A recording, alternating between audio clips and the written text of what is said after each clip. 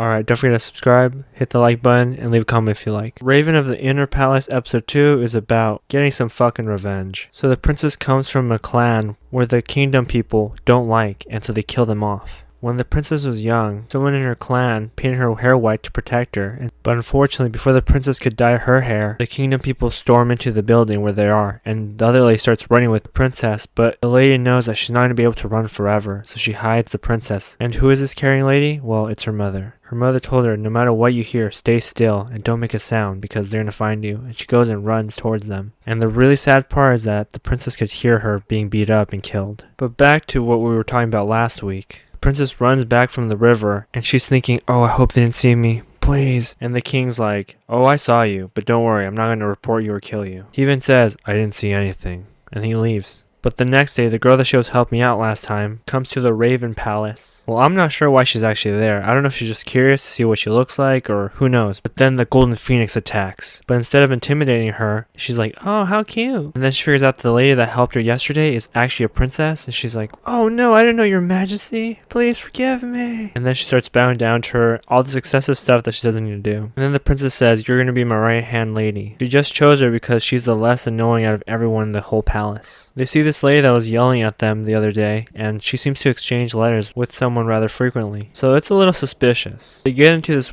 place where there's a lot of men just sitting around, but they have to get through here so they can go talk to some lady, and they figure out that these men want to fight them. So this guy points a knife at the girls, but King's men protect them. Can you imagine this guy's job? All they do is walk around and watch over these girls so they don't get hurt. And some of the things that they do, I'm thinking, really? Like, for example, when the guy's pointing the knife at the girls, this guy throws a rock exactly where the knife is and it falls off the guy's hand. So they get to the woman that they want to talk to, and she seems to be very sick. And when they try to ask her a question, they figure out that she can't speak because she has no tongue. She can't answer, do you know this earring or not? But because she might have information, they take her to the palace. They ask her many questions like, whose earring is this? Or, who are you? She even says if she's caught writing, they're gonna kill her. So the story is, the queen bribed one of these villagers into poisoning someone, and the one with the tongue saw all this, and the guards took her and cut her tongue off. But the rumor of her hanging herself because she felt bad for doing what she did is false. One of the queen's men ended up strangling her. Then out of nowhere, the king comes into the room and he's like, it's alright, don't get scared. I only have one question. Who is the guy who silenced you? So they go to the palace with the guy, and turns out to be you can't be a female or they'll kill you there. So they dress like men. And so they find the guy there and he's like, let me speak to you outside. So this guy was betrothed to the ghost that they saw in the first episode. He tells a story where he was betrothed to this girl and they loved each other since they were children. But one day, the girl was sent into the palace and he couldn't go inside because they didn't think he was worth it. And before she went in, she gave him an earring and she said, never forget me. And then they give each other one last big hug. And then he says, that was the last thing that I had of hers, but I dropped it somewhere and I can't find it. So then they give him the earring back and they tell him that the ghost that they saw was her and that she hasn't moved on yet because she still feels like there's something to do. So then he says, can I see her? Maybe I can help. And when he sees her, he can't touch her and he starts crying. And then the king says, give this to him. But why does he have it? Well, he tells a story about how he met her. He met her after his mother's funeral and he was sitting there crying, and that's when he saw her and she says, I have an earring that means a lot to me and it makes me feel connected to the other person. And I guess she told him the story because he was crying. He said he asked her to give him the earring because he was jealous that she still loved someone. So she gave him the earring and now is his chance to give it back to her. And when they put the two earrings together, they give it back to her and she's able to go to heaven, hopefully. And it's really sad because the guy loved her and he sees a picture of her before she goes and he tries to grab her and she disappears. After that he says, alright, you can kill me now. And the king says, no, that is not necessary. And because he did that, he gives him a piece of advice. He says, there are people out there that are trying to poison you. He's like, who are they? And so he finds her and it's the same person that killed his mom. And since they get the poison back, that's enough evidence to slay her head. So they cut her head off, but he still doesn't feel very good about it.